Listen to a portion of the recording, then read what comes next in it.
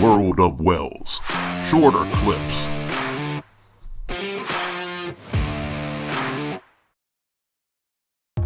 Savannah has an incredible number of historic sites. Today we're visiting with Connie Shreve at the Savannah Canal. She's going to show us a few of the artifacts and things that have come from a well that was dug here when the canal was first developed. This well that they've got has been looked at and explored by other archaeologists.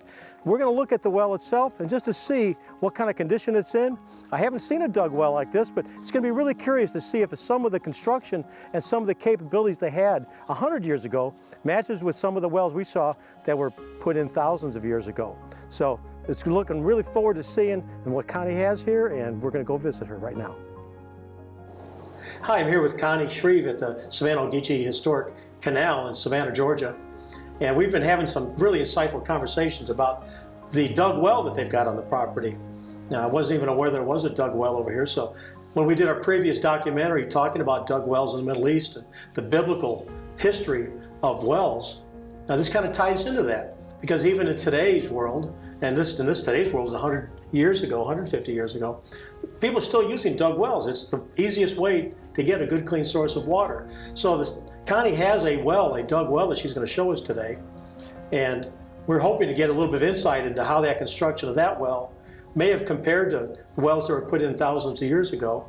And we're going to hear some interesting stories about some of the artifacts they pulled out of that well, because they had an archaeological team come here and dig out the well to find out what type of items were in the well. Because as I said before, I don't know why, but everybody wants to throw something down a well. Can you tell us a little bit about the archaeological work that was done here?